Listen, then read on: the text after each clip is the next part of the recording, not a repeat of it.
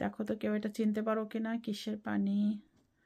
চার মতো দেখাচ্ছে কিন্তু আসলে চা না, এটা এটা চিরতার পানির মতো দেখাচ্ছে, আবার সেটাও না। কারণ হচ্ছে এটা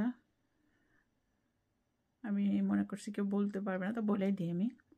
এটা হচ্ছে নিম পাতার, শুকনা নিম পাতার ভেজানো পানি। আমি দেশ থেকে গুঁড়া করে নিয়ে আসছি, আমার মা আমাকে করে দিয়েছে এটা।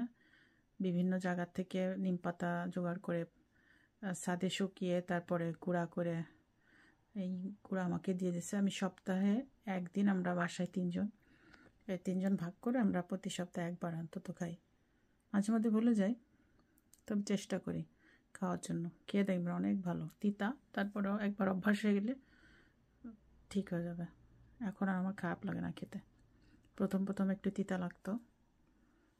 তো ভালো থাকেন, পরে দেখা হবে। এই নিম পাতার গুড় নিয়ে না হয় আর একদিন বলবো। ওকে, ভালো থাকেন।